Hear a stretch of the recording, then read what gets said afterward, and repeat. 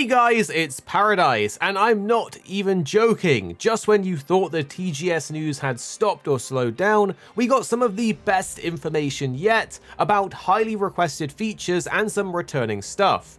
In an exclusive interview with the Italian outlet Multiplayer, we got information on lobby sizes, more details on how decorations and skills work, and even talk about the possibility of a new 15th weapon in Monster Hunter. So buckle up and let us know what you think about all of this, and let's jump into it right away. Oh, but actually, let me just quickly say before that, this has been translated, so again, there might be some mistranslations here, but we're pretty confident this information is correct. The first thing that the interview stated was a question about performance, which is of course the hot topic of the community at the moment, with some of these questions actually coming from the multiplayer community, which is why they probably aren't as generic as other interviews and are a bit more in depth. The interviewer asked, "We would like to start with the most frequently asked questions from our community, starting with the issue of optimization. Do you want to reassure the public about the performance of Monster Hunter Wilds?" The answer was there isn't much to say about it. We're just entering the final stages of development, the last 6 months, and what we're working on now is the general optimization of the title. As such, we don't have any specific details to mention, but we want to reassure players that we're working very hard to optimize the experience as best as possible. Well, as mentioned in the previous video, they are still in the process of optimizing the performance of the game, so there is hope that the game will run better at launch. But one of the most interesting things the interview discusses is about crossplay and cross-save. As Monster Hunter is integrating crossplay into the game, which allows us to play with friends on different platforms, it won't be implementing cross-save, which is essentially a system that allows you to start playing on one platform and continue playing the same save on another. Obviously, we've integrated cross-save into Wilds from the start, so you can join up with friends on other platforms and go hunting together. But the game won't support things like cross-save and cross-purchase. We've decided to integrate features into the game to disable crossplay at any time, even when searching for a single quest, so there'll be complete freedom in terms of matchmaking. The fact is that cross-save is not a simple feature to integrate into a video game of this kind. It's a really big challenge on the technical front, but I think that compared to past titles, since this time the launch will be simultaneous on PC and console, any kind of concerns will be alleviated a lot, because the PC variant will arrive immediately, so everyone will have the freedom to choose the platform they prefer, remaining free to play with other players who are also tied on their own platforms. It is very cool that they've added this feature in. It was always annoying wanting to play with a friend only to find out they weren't on your platform. It's also great that they've included the ability to turn that option off though, because sometimes with crossplay enabled in other games, it can cause issues with how the game runs. We remember playing a few games on a launch where having crossplay on would actually cause the game to crash, so having that option to disable it is a good backup. Now, you may know in Monster Hunter Wilds we have the ability to quickly swap our weapon while using our Sacred, which for long-time Monster Hunter fans raises a lot of questions about how our builds will function.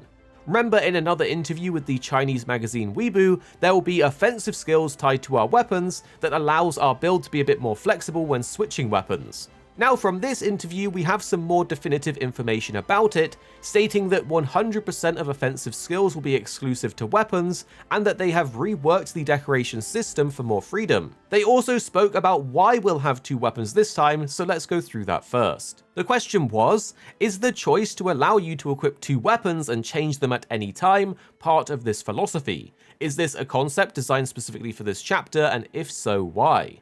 The response was absolutely. This decision was a natural consequence of the type of design we adopted for Wilds, mainly because it is no longer necessary to return to base camp when a mission has ended. Because after the conclusion, you can easily stay in the field, explore further, and search for new targets, which means unlike past titles, where returning to base camp gave you the opportunity to change equipment, now we absolutely did not want players to feel forced to go back to choose a different weapon for the next monster.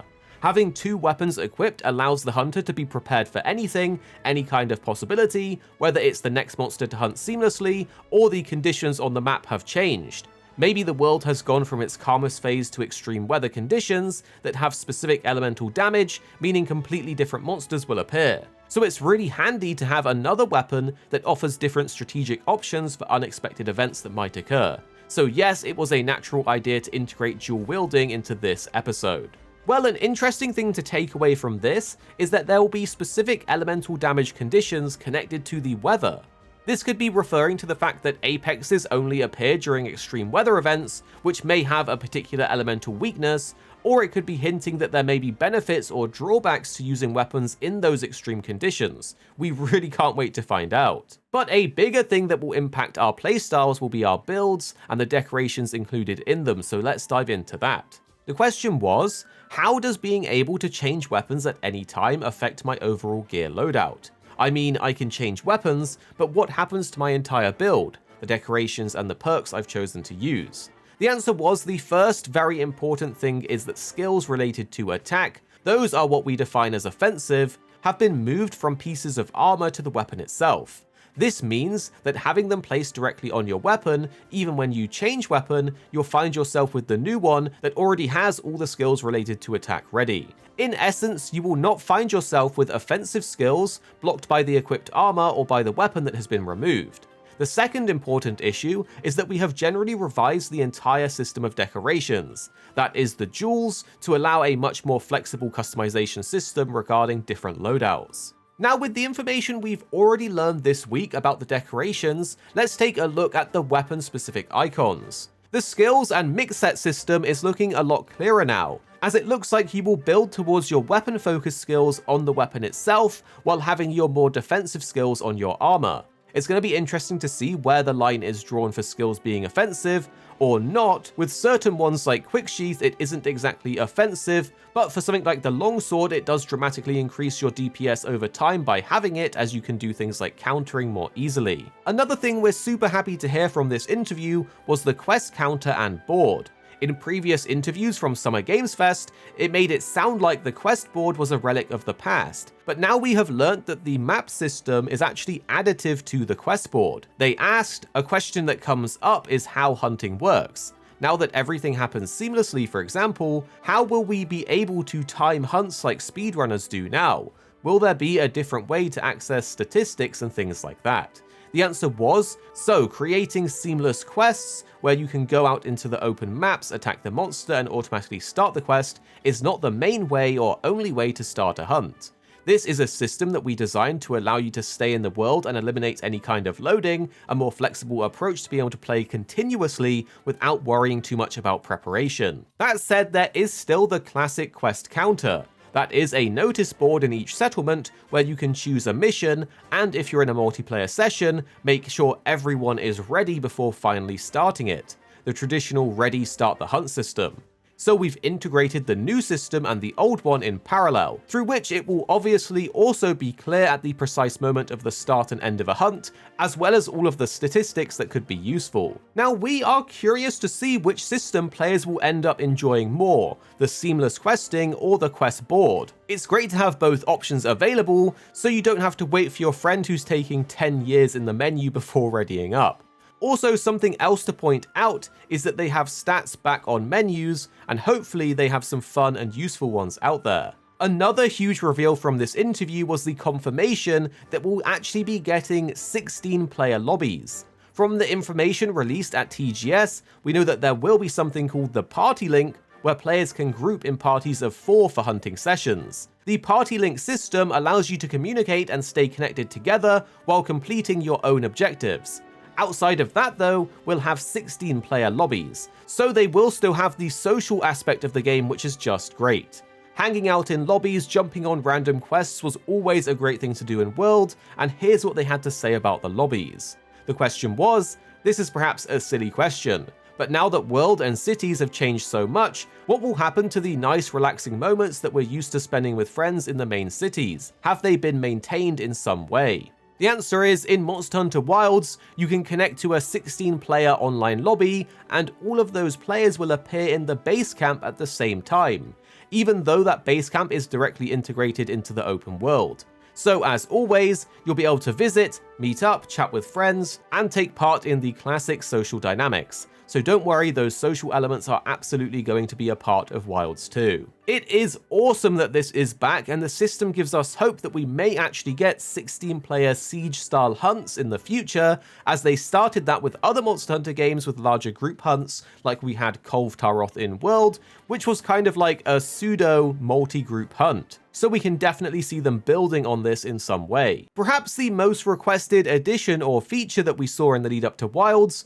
was that players wanted a new weapon. It's been over 10 years since we've had any new additions to the roster of weapons in Monster Hunter, with a crazy thing being that some weapons even got forgotten, like the Tonfa, the Magnet Spikes, and the Excel Axe. You see, these appeared in other Monster Hunter games but have not been a staple. The interviewer asked about the possibility of a 15th weapon, and here's what the team had to say. The question was, I know this question has nothing to do with what we've been talking about so far, but I'm really curious. Have you ever thought about adding a new weapon to Monster Hunter recently? And if you have, what was that discussion like? Apparently everyone laughed, and the answer was, the truth is, it's something we talk about all the time, because we've never really abandoned the idea of adding new weapon archetypes, we just haven't done it recently in the last few episodes. The truth is, we have a lot of ideas that we've been piling up over the years about what weapons we could add. We're thinking about what a new weapon could add to the gameplay without overlapping too much to other existing weapons, without offering a similar experience. So it's an idea that has never been discarded, it's just that every time we study a new chapter, we first think about the ideas that are needed to lay the foundations of a new concept. From the moment we introduced the 14th weapon, consequently, it never happened that it was one of our main focuses of the subsequent games. In this case for Wilds, our philosophy was to take the 14 existing weapons and develop them a lot compared to the past through new moves and features. Sujimoto said another thing we often discuss about the 15th weapon is that over the years we've developed the existing 14 weapons so much that each one has a very deep combat system and is capable of doing very exciting things. Now, achieving a high level of mastery with even just one of them has become such a complex task that it's extremely difficult to invent a new category that can immediately prove to be on par with the legacy variants. If you think about the last two editions, the Insect Glaive and Charge Blade, they too have had 10 years of evolution, so it's even more difficult to think of a sufficiently deep design. We also need to consider the issues of resources. It's not that we don't want to add a 15th weapon, on the contrary, but even if we had those resources available, we would ask ourselves if it's really worth investing them in that specific direction, instead of, for example, thinking about the existing toolsets and using them to create something new and different in the game, or to change perspective on balance. In the end, it's all a question of priorities for the next video game. Simply, in recent times, it hasn't happened yet that the new weapon was considered a priority. Well, it is awesome to hear that this is something they're really thinking about and properly considering, and come on Ryozo, give us that goodness. We understand the reluctance to do so from a development standpoint because, as they've mentioned, it will be a massive undertaking of resources. At a top level, it does sound easy, just get a team to design and implement a weapon, but you actually need to think about the fact that this adds a new weapon tree to most of the monsters, and then new decorations or skills on top, which in the end multiplies the work from 14 times per monster to 15 times. However, come on guys, it would have been huge if they added in a new weapon. It isn't like Capcom doesn't have the moolah, the money for it to spend, as this is one of their biggest franchises. If there was something that Wild Hearts got right, it was the fact that it had a bunch of weapons that feel completely different to what we have in Monster Hunter. We had a ton of fun using the Claw Blade and the Bladed Wagasa, so there is a lot of potential for new weapon types, and even things like a Chain Blade that we've been wanting for ages. Hopefully they can add a new weapon in as an expansion and make that a priority. Actually, I hope they add more than one, because after this long of a wait, that would be 10 out of 10. What weapon type or ideas would you have though if they were to add one in? Tell us down below, and make sure you're subscribed for more videos on Monster Hunter and your favorite games coming very, very soon.